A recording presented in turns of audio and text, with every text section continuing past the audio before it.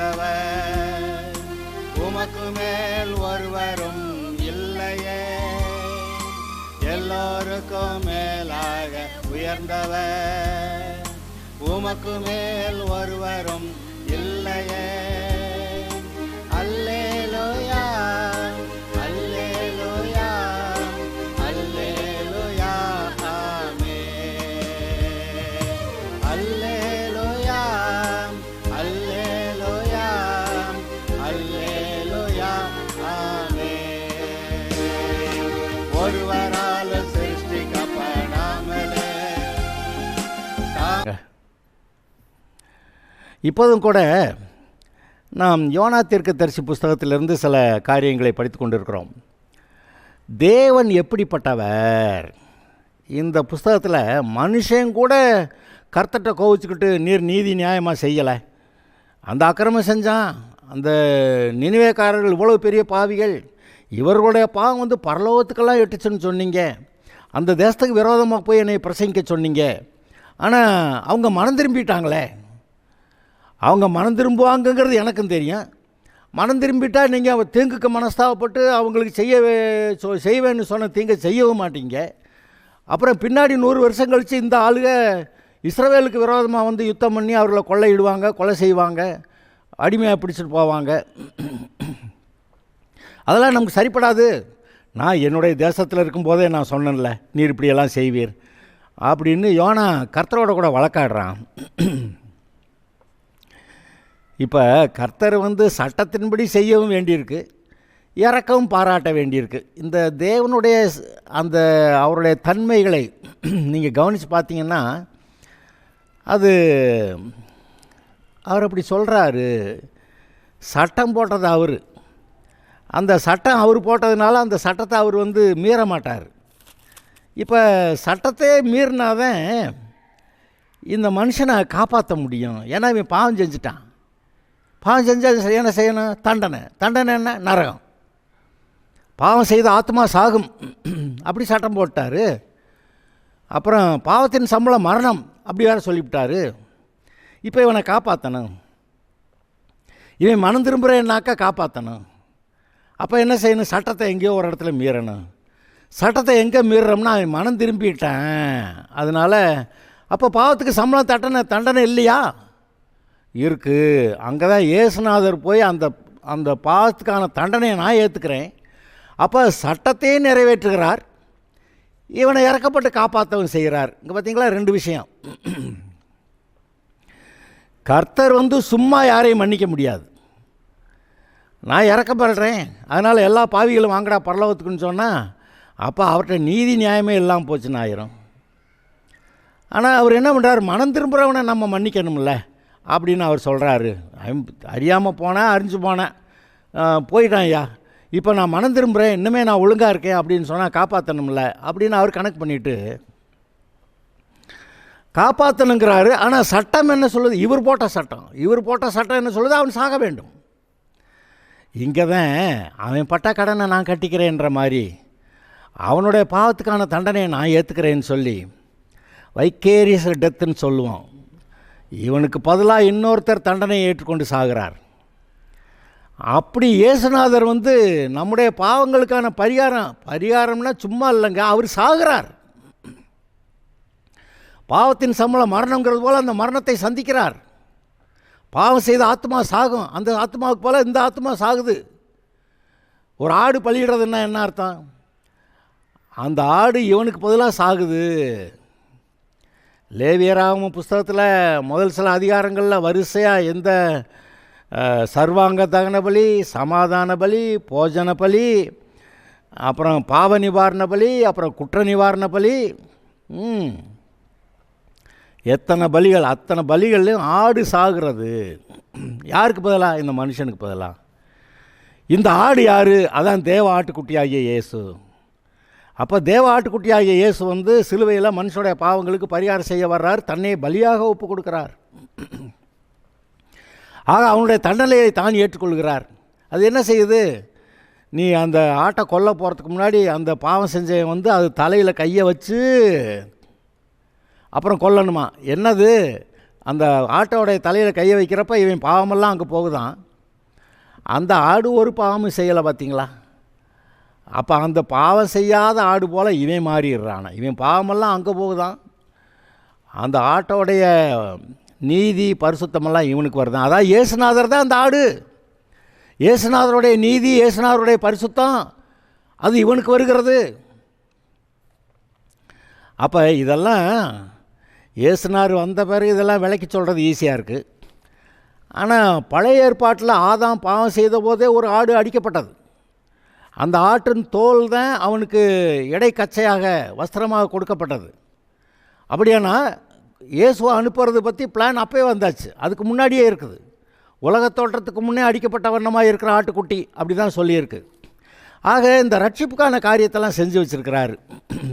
இதில் நான் உங்கள்கிட்ட இப்போ என்ன சொல்ல வர்றேன், தேவன் சட்டத்தை நிறைவேற்றுவார். அவர் போட்ட சட்டத்தை அவர் மீற மாட்டார், சட்டத்தை நிறைவேற்றுவார். ஆனால் சட்டத்தை நிறைவேற்றினா இவன் சாகணும், செத்து நரகந்து போகணும். பாவிகள் ஆதாமும் சரி, அவனுடைய வம்சத்தில் வந்திருக்கிற எல்லா தலைமுறையாக எல்லா ஜனங்களும் சரி பாவிகள். அவர்கள் என்ன செய்யணும்? சாக வேண்டும், அவர்கள் நரகம் போக வேண்டும். சட்டம் அப்படி சொல்லுகிறது. ஆனால் சட்டத்தின்படி மட்டும் பார்த்தா அங்கே அன்பே இல்லை. இப்போது நியாயப்பிரமாணத்தை பாருங்கள், சட்டம், அதில் அன்புங்கிற வார்த்தை இருக்குதுங்களா? அன்புங்கிற வார்த்தை இல்லைங்க. நீ இதில் ஒழுங்காக இருந்தால் அதில் ஒழுங்காக இருந்தால் அதில் இருந்தவரோ அதில் ஒழுங்காக இருந்தால் இதில் ஒழுங்காக இருந்தால் நீ பரலோகம் வரலாம். ஆனால் யாருங்க அந்த சட்டத்தை நிறைவேற்றினது? ஒருத்தருமே அந்த சட்டத்தை நிறைவேற்ற முடியல. அதனால் கடைசியில் எல்லோரும் நரகம் தான் போகணும், சட்டத்தை நிறைவேற்றணும். ஆனால் கர்த்தர் சட்டத்தை நிறைவேற்றுறது ஒரு பக்கத்தில் நிறைவேற்றிக்கிறாரு, இன்னொரு பக்கத்தில் மனம் திரும்பி நானுமே ஒழுங்காக இருக்கிறேங்கிறவனுக்கு மன்னிக்கிறேன்னு இரக்கம் பாராட்டுறாரு. இப்போ இந்த தேவனுடைய குணாதிசயத்தில் இதை அன்புள்ளவர் மட்டும் பார்ப்பீங்க. ஆனால் அவர் சட்டத்தையும் நிறைவேற்றுகிறாருங்கிறத நீங்கள் கவனிச்சிங்களா? சட்டத்தை நிறைவேற்றுவார். இந்த நியாயப்பிரமாணத்தை ஆகிலும் அதில் இருக்க எழுத்தை ஆகிலும் உறுப்பை ஆகிலும் அழிக்கிறதுக்கு வந்தேன் என்று நினைத்து கொள்ளாதிருங்கள், அழிக்கிறதுக்கல்ல நிறைவேற்றுவதற்கே வந்தேன் என்று இயேசு சொன்னார். நியாயப்பிரமாணம் எது? சட்டம். நியாயப்பிரமாணம் சட்டத்தை நிறைவேற்றவே அதுக்கு தான் வந்தேன்றார். ஆனால் இவர் சட்டத்தை வளைக்கிற மாதிரியெல்லாம் தெரியுது. என்னன்னு கேட்டால், இவங்க மனம் திரும்பிட்டானுங்க, இப்போ அவங்கள மன்னிக்கணும்ல அப்படின்னா, ஆமாம் அந்த சட்டத்தின்படி அந்த தண்டனையை நான் ஏற்றுக்கிறேன், ஆனால் இவன் மனம் திரும்பிட்டான்ல, அப்போ இவனை நான் மன்னிச்சிடலாம் அப்படின்னு அவர் சொல்ல வர்றார். அங்கே இரக்கம் பாராட்டுகிறார். இதுக்கு அடிப்படையாக ஒரு வசனம் இருக்கிறது. மீகா தீர்க்கதரிசி புஸ்தகத்திலே 6வது அதிகாரம் 8வது வசனம்.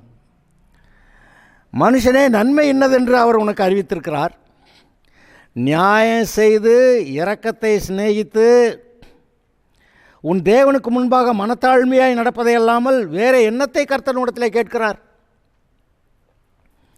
இதை நல்லா கூர்ந்து கவனிச்சாதான் விளங்கும். நியாயம் செய்து, அப்போ சட்டத்தை நிறைவேற்றி,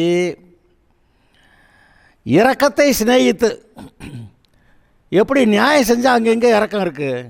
இப்போ கோர்ட்டில் ஜட்ஜு தீர்ப்பு சொல்லுவார், அவர் அன்பாக கூறுறாரு, இந்த குற்றம் அதுக்கு இந்த தண்டனை அவள் சொல்லிட்டு போயிடுவார். அப்போ நியாயம் செய்கிறதுனா அங்கே இரக்கமே இல்லை.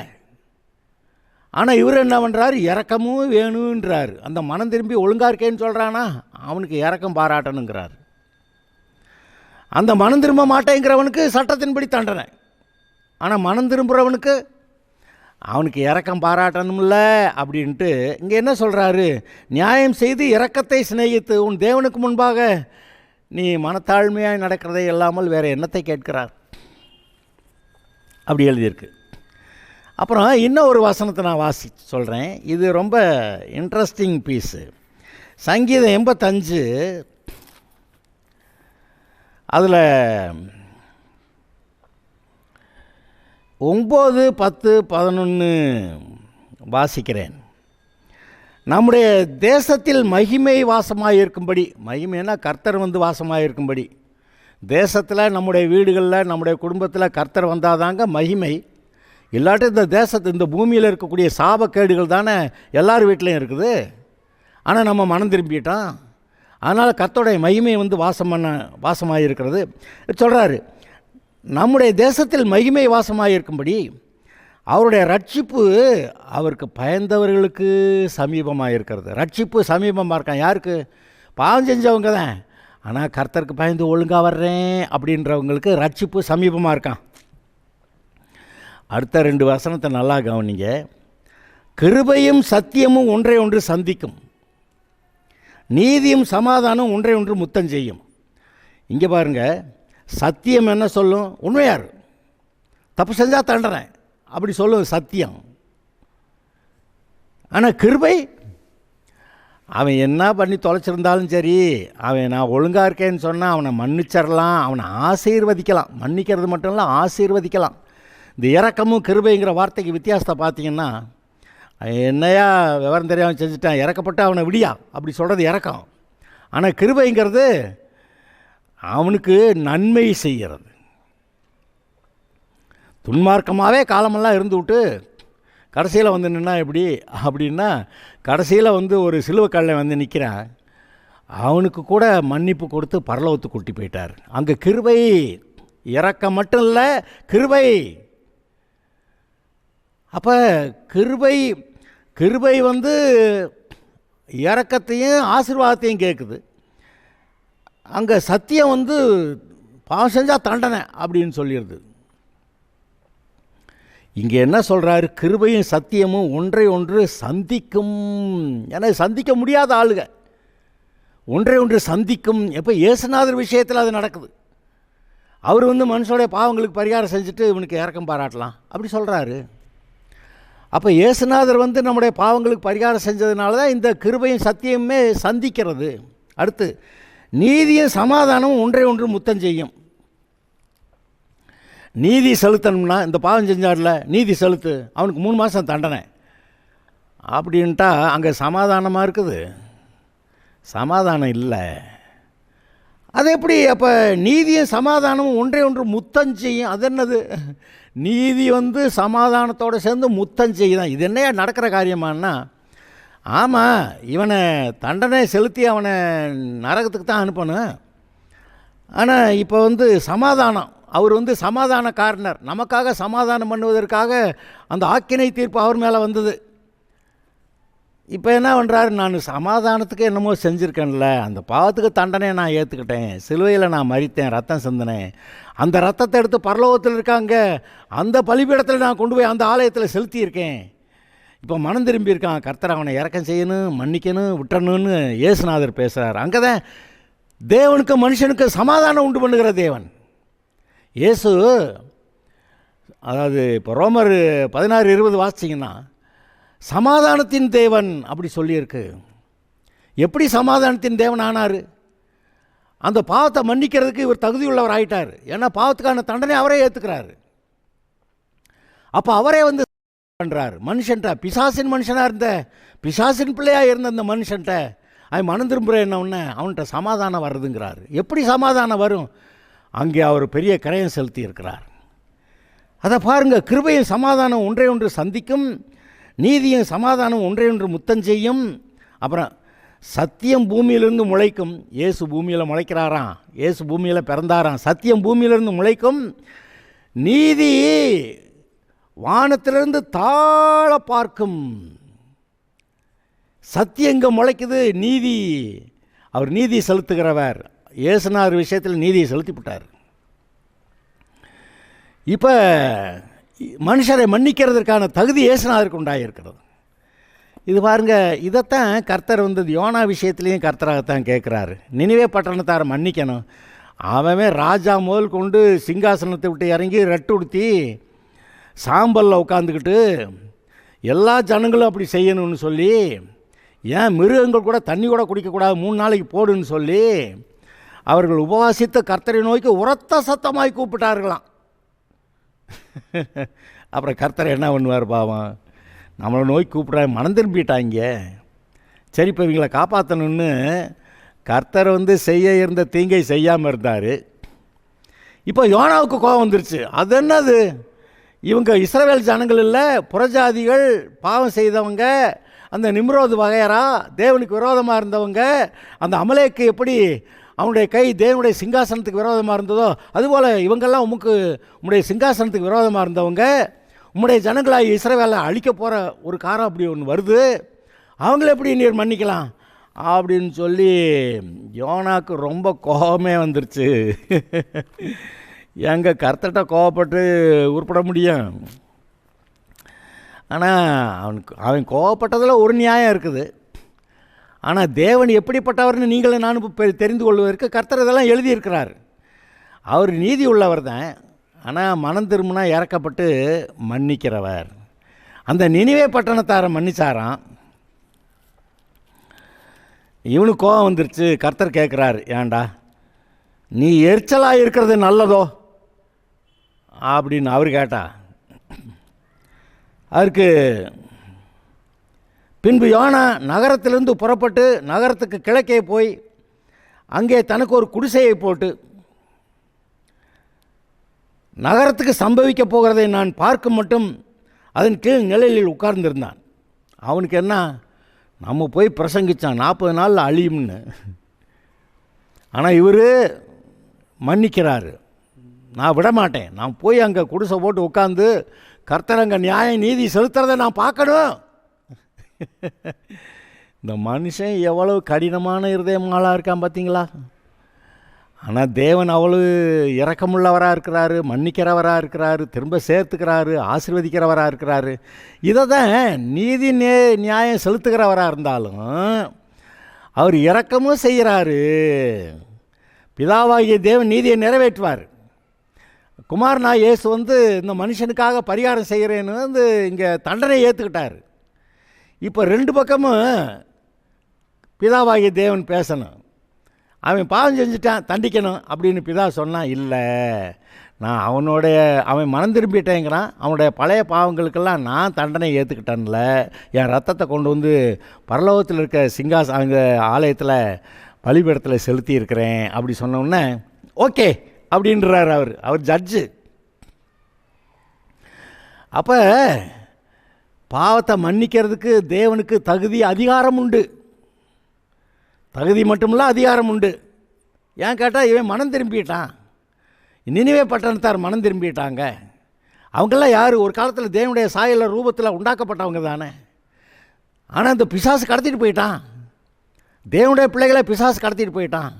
இப்போ அங்கே போய் மனம் திரும்புகிற என்ன காப்பாற்றாமல் விடுறதா? இப்போ நீங்களும் அதுபோல் எங்கேயாவது இக்கட்டில் இருக்கீங்களா? காப்பாற்றப்பட முடியாதால், ஏன்னா நீதி நேர்மை நியாயமெல்லாம் பேசுனீங்கன்னா நீங்கள் நரகம்தான். ஏன்னா மன்னிக்கப்படவே முடியாது. சட்டம் பேசுனா நம்ம மன்னிக்கப்படுறதுக்கு, நம்ம பிழைக்கிறதுக்கு வாய்ப்பே கிடையாது. ஏன்னா நம்ம பாவிகளுங்க. எங்கள் கேளு, பாவமே செய்யாத ஆள் யாராவது சொல்லுங்க பார்க்குறேன். ஏசுனார் அந்த கூட்டத்தை பார்த்து சொன்னார், பாவமே செய்யாதே கல்லை விட்டு எரியாவ மேலே அப்படின்னு. அதை சொன்னோன்னா அவன் அப்படியே தன்னுடைய இருதயத்தில் குத்தப்பட்டு எடுத்த கல்லை கையில் இருந்ததை கீழே போட்டு பெரியோர் முதல் சிறியோர் வரைக்கும் அப்படியே சத்தம் காட்டாமல் போயிட்டாங்களாம். அப்போ எல்லாருமே பாவம் செய்தவங்க தான். அப்போ பாவம் செய்தவங்க இன்னொரு பாவம் செய்தவனை தண்டிக்கிறதுக்கு நியாயம் இருக்கா? பாவம் செய்தவர்களை தண்டிக்கிறதுக்கு தகுதியுள்ள அதிகாரமுள்ள ஒரே ஆள் கர்த்தர் மட்டும்தான். ஆனால் அவர் சொல்கிறாரு, மனம் திரும்புறியா, நான் உன் மேலே இறக்கப்பட்டு உன்னை மன்னிக்கிறேன் அப்படின்றார். அப்போ நீதியும் சமாதானமும் ஒன்றே ஒன்று முத்தம் செய்கிறது.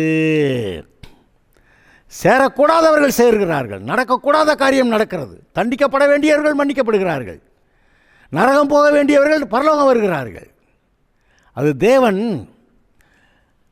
மன்னிக்கிறவராக இருந்ததுனால, இரக்கம் செய்கிறவராக இருந்ததுனால, கிருபை செய்கிறவராக இருந்ததுனால. இப்போது தேவன் நியாயாதிபதி தான், அதில் ஒன்றும் மாற்றம் கிடையாது. இவன் மனம் திரும்பலைன்னா நிச்சயம் நரகம் தான், போட்டு தாக்கிடுவார். ஆனால் மனம் திரும்பினா சரி, மனம் திரும்பிட்டேன்றான், நாம் அவனை ஏற்றுக்கொள்ளலான்னு சொல்லி அவனை தான் அதனுடைய ரத்தத்தால் கழுவி பரிசுத்தப்படுத்துறது மட்டும் இல்லை, தன்னுடைய வீட்டில் தன்னுடைய பிள்ளையாக வச்சுக்கிறாரு, தேவனுடைய பிள்ளைன்னு சொல்லிக்கிறாரு. பரலோகத்தில் இருக்கிற பொக்கிஷங்களுக்கெல்லாம், அந்த ஆஸ்திகளுக்கெல்லாம் நீ பங்குள்ளவன் அப்படி சொல்கிறாரு. கிறிஸ்துவோடு கூட உடன் சுதந்திரராமில்ல, அப்படி தானே எழுதியிருக்கு. அப்போ அவ்வளவு நன்மை செய்கிறேன்னு கர்த்தர் சொல்கிறாரே, அதெல்லாம் பார்த்தா தேவன் எவ்வளவு நல்லவர். இப்போ இந்த யோனா புஸ்தகத்தில் நீங்கள் ஒன்றை நன்றாய் புரிந்து கொள்ள நீங்கள் தீர்மானித்தால் இதை புரிந்து கொள்ளுங்கள். தேவன் நியாயப்பிரமாணத்தை கொடுத்தவர் தான், நியாயம் செலுத்துகிறவர் தான். சட்டம் அவர் போட்ட சட்டம், அதை நிறைவேற்றுவார். ஆனால் மனம் திரும்பினால் இரக்கம் பாராட்டுகிற தேவன் தான் செய்ய இருந்த தீங்கை செய்யாமல் இருந்தார். தீங்குக்கு மனஸ்தாபப்படுகிறவர், அப்படி தானே எழுதியிருக்கு, தீங்குக்கு மனஸ்தாபப்படுகிறவர், செய்ய இருந்த தீங்கை செய்யாமல் இருந்தார். எவ்வளோ நல்ல வார்த்தைகள் பார்த்தீங்களா? இந்த வார்த்தைகள் அப்படியே நமக்கும் பொருந்துதா இல்லையா? நான் இவ்வளவு நாளாக ஏதோ கேடுபாடாக பண்ணிட்டேன், ஐயோ ஆண்டவரே அப்படின்னா நான் இனிமேல் ஒழுங்காக இருக்கேன். இதே வார்த்தைகள் நமக்கு பொருந்துகிறது. யோனாவுக்கு கோபம்தான். திரும்ப வாசிப்பேன் என்ன இருக்குன்னு. அங்கே நகரத்துக்கு கிழக்கு போய் குடிசை போட்டு அங்கே உட்காந்துட்டானா. 40 நாளில் கர்த்தர் என்ன செய்கிறாரு நான் பார்க்கணும். அந்த பட்டணத்தை அழிக்கணும். இவனை பொறுத்த வரைக்கும் பட்டணத்தை அழிக்கணும். அப்போ கர்த்தர் யோனாவுடைய தலையின் மேல் நிழல் உண்டாயிருக்கவும் அவனை அவனுடைய மனமடிவுக்கு நீங்களாக்கவும், எப்படி அவனுக்கு கொஞ்சம் நிழல் கொடுத்து அவனை மனமடிவாய் போய் கிடக்கிறான், மனமடிவுக்கு நீங்களாக்கவும் தேவனாய கர்த்தர் ஒரு ஆமணக்கு செடியை முளைக்க கட்டளையிட்டு, ஆமணக்கு செடி அது பார்த்திங்களா, இப்போ நம்ம வச்சோம்னாக்க ரொம்ப சீக்கிரமாக வளர்ந்து பூத்து காய் காய்ச்சிரும். இடம் கொஞ்ச நாளைக்கு முன்னாடி தான் இதை வச்ச மாதிரி தெரியுது, அதுக்குள்ளே இவ்வளவு தூரம் வளர்ந்துருச்சா அப்படின்னு ஆச்சரியப்படுற அளவுக்கு. அது இலைகள்லாம் கொஞ்சம் பெருசாக இருக்கும் பார்த்திங்களா, அது நிழலெல்லாம் கொடுக்கும். ஒரு ஆமணக்கு செடியை முளைக்க கட்டளையிட்டு அதை அவன் மேல் ஓங்கி வளர பண்ணினார். வழக்கமாக 3 மாதம் ஆகிறது கூட, இல்லை 2 மாதம் ஆகிறது கூட, அவனுக்கு ஒரே நாளில் 2 நாளில் செடி வளர்ந்து பெரிய நிழல் அங்கே கொடுத்துருச்சு. ஏன்னா இவர் வேலை பார்த்துருக்கிறாரு, இதில் ஒரு அற்புதத்தை பண்ணியிருக்கிறாரு. அந்த ஆமணக்கு செடியை முளைக்க கட்டளையிட்டு அதை அவன் மேல் ஓங்கி வளர பண்ணினாராம். இவர் சொன்ன மாதிரி செய்கிறவர். அந்த ஆமணக்கின் மேல் யோனா மிகவும் சந்தோஷப்பட்டான். வெயில் கொளுத்திக்கிட்டு இருக்குது. அந்த சமயத்தில் பார்த்தா ஒரே நாளில் செடி வளர்ந்து, அப்பா இவ்வளோ பெரிய நிழல் கொடுக்குது, ஆமணக்கு செடியே கர்த்தர் உன்னை ஆசீர்வதிப்பாராகலாம் சொல்லியிருப்பான்னு நினைக்கிறேன். ஏன்னா வெயிலில் உட்காந்து கிடக்கிறான். அப்போ அந்த ஆமணக்கு செடியின் மேல் அவன் சந்தோஷப்பட்டான் என்று எழுதியிருக்கிறது. ஆனால் என்ன நடந்துருச்சு, மறுநாளிலோ கிழக்கு வெளுக்கும் நேரத்தில் தேவன் ஒரு பூச்சியை கட்டளையிட்டார். அது இதுக்கும் கர்த்தர் தானா? சரி, அது ஆமணக்கு செடியை அரித்து போட்டது. அதனால் அது காய்ந்து போய்விட்டது. இவன் இந்த யோனாவுக்கு ஏதோ ஒரு பாடம் சொல்லிக் கொடுக்கணும்னு நினைக்கிறார். ஒரே நாளில் முளைச்சிப்போ இவனுக்கு நல்ல நிழல் கொடுத்துருச்சு. இந்த ஆமணக்கு செடி மேலே இவனுக்கு ரொம்ப சந்தோஷம். நல்ல ஆமணக்கு செடி எனக்கு நிழல் கொடுக்குது அப்படின்னு அவன் சொல்லிக்கிட்டு இருக்க, இப்போ திடீர்னு ஒரு பூச்சி கட்டளையிட அது அந்த பூச்சி அந்த ஆமணக்கு செடியை அரித்து தின்றுச்சான். நிழல் இல்லாமல் போச்சுங்க. சூரியன் உதித்த போது தேவன் உஷ்ணமான கீழ்காற்றை வேற கட்டளையிட்டார். சும்மாவாவது இருந்திருக்கலாம். உஷ்ணமான கீழ்காற்று வேற, அதை வேற அடிக்கட்டும்னு கர்த்தர் சொல்லிட்டார். அப்பொழுது வெயில் யோனாவுடைய தலையில் படுகிறதுனால் அவன் சோர்ந்து போய் தனக்குள்ளே சாவை விரும்பி, நான் உயிரோடு இருக்கிறதை பார்க்கல சாகிறதே நலமாக இருக்கும் என்றான். அதைத்தான் முதல்ல சொன்னான். நான் இப்படி உயிரோடு இருக்க முடியாது, எனக்கு விருப்பம் இல்லை, என்னை எடுத்துக்கொள்ளும் அப்படின்னு சொன்னான். இப்போ சொல்கிறான் உயிரோடு இருக்கிறதை பார்க்கல சாகிறது நலமாக இருக்குங்கிறான். ஏன்னா கர்த்தர் நீதி செய்யலாம். அதான் இவனுக்கு பிரச்சனையெல்லாம் என்ன, இதே நினிவே ஜனங்கள் 100 வருஷம் கழித்து இஸ்ரவேல் ஜனங்களை அழிக்க வருவாங்களே, அதை எப்படி விடலாம்? அப்போ இஸ்ரவேல் ஜனங்கள் மேலே இருக்க பிரியத்தினால அந்த ஜனங்கள் சாகட்டும்ன்றான். ஆனால் தேவன் அப்படிப்பட்டவர் அல்ல. யாராக இருந்தாலும் மனம் திரும்பினா காப்பாற்றுறேன்றார். ஏன் இஸ்ரவேல் ஜனங்கள் மனம் திரும்பினா அவங்களையும் காப்பாற்றுவார். ஆக இதில் மனம் திரும்பக்கூடாதா? ஆனால் யோனாவுக்கு என்ன, ஏன் ஜனம், ஏன் ஜாதி, ஏன் ஜனம், அவங்களுக்கு பாதுகாப்பு வேணும். அதுக்கு பதிலாக இவன் எப்படி நான் சாகிறது தேவையில்லைன்னு இவன் போய் அந்த கப்பல் ஏறி அந்த கடலுக்குள்ளே தூக்கி போடுன்னு சொல்லி அந்த சமுத்திரத்துக்குள்ளே தூக்கி போட சொல்லி அந்த மீன் வயிற்றுக்குள்ளே போய் நின்றுட்டு பாதாளத்திலிருந்து ஜெபம் பண்ண நினைக்கிறான். அப்படியானா அந்த இஸ்ரவேல் ஜனங்கள் பிழைக்கணுங்கிறதுக்காக நான் நினிவேக்கு போய் பிரசங்கிக்க மாட்டேன், இங்கே சமுத்திரத்தில் சாகிறதுக்கு ரெடி. அப்போ அந்த ஜனங்கள் மேலே எவ்வளோ வைராக்கிய வாஞ்சையாக இருந்திருக்கான். தேவன் அப்படித்தானே இந்த ஜனங்களை காப்பாற்றுவதற்காக வைராக்கிய வாஞ்சையாக இருந்து இந்த யோனா போய் சாக போகிறேன்றான். அதே போல் இயேசு தன் ஜீவனை கொடுத்தார், அவர் செத்தார். இதில் தான் தேவனுடைய அன்பு விளங்குகிறது. ஆனால் நம்மால் யோனா இருக்கானே அதெல்லாம் முடியாது அப்படி சொல்கிறான். அப்பொழுது தேவன் யோனாவை நோக்கி, நீ இந்த ஆமணக்கு நிமித்தம் எரிச்சலாக இருக்கிறது நல்லதோ என்றார். எப்பா இந்த ஆமணக்கு ஒரு நாளில் முளைச்சிச்சு, அடுத்த நாள் பூச்சி தின்னுடுச்சு, இப்போ இந்த ஆமணக்கு மேலே உனக்கு அம்புட்டு எரிச்சல், அது ஏன் அப்படி பூச்சி அரிச்சு செத்து போச்சு, இப்போ எனக்கு நிழல் இல்லை அப்படின்னு ஆமணக்கு மேலே அவனுக்கு ரொம்ப கோபம். அதற்கு அவன், நான் மரண பரியந்தமும் எரிச்சலாக இருக்கிறது நல்லது தான் என்றான். கர்த்தரோட கூட கடைசி வரைக்கும் வழக்காடுற ஆளுவேன். அதாவது தான் ஜனங்களுக்கு எப்படி தீங்கு வரலாம் அதை நீர் விடுவீர். ஏன்னா இஸ்ரவேல் ஜனங்கள் அது பாவம் செய்வாங்க, அப்போ இந்த நினிவே ஜனங்களை வச்சு அவங்கள அடிப்பீர். தான் ஜனங்கள் காக்கப்படணும்னு விரும்புகிறான். ஆனால் அதில் ஒரு நீதி, இவன் பேசுகிறதுல ஒரு நீதி இல்லை பார்த்தீங்களா. அங்கே கர்த்தருடைய வார்த்தையிலே நீதி இருக்கிறது, அங்கே பரிசுத்தமும் இருக்கிறது, இரக்கமும் இருக்கிறது. நீதியும் சமாதானமும் ஒன்றை ஒன்று முத்தஞ்செய்யும், சந்திக்கக்கூடாதவைகள் சந்திக்கும். அங்கே கிருபையும் இரக்கமும் அது சந்திக்கும்ங்கிறார். கிருபையும் சத்தியமும் ஒன்றை ஒன்று சந்திக்கும். அதெல்லாம் சந்திக்க முடியாது. சத்தியம்னா சட்டம் பேசிடும், அதில் எந்த மாற்றமும் கிடையாது. பாவம் செஞ்சானா தண்டனை. ஆனால் கிருபை இல்லை வேண்டாம் விட்டுறலாம் மனம் திரும்பிங்கிறான்.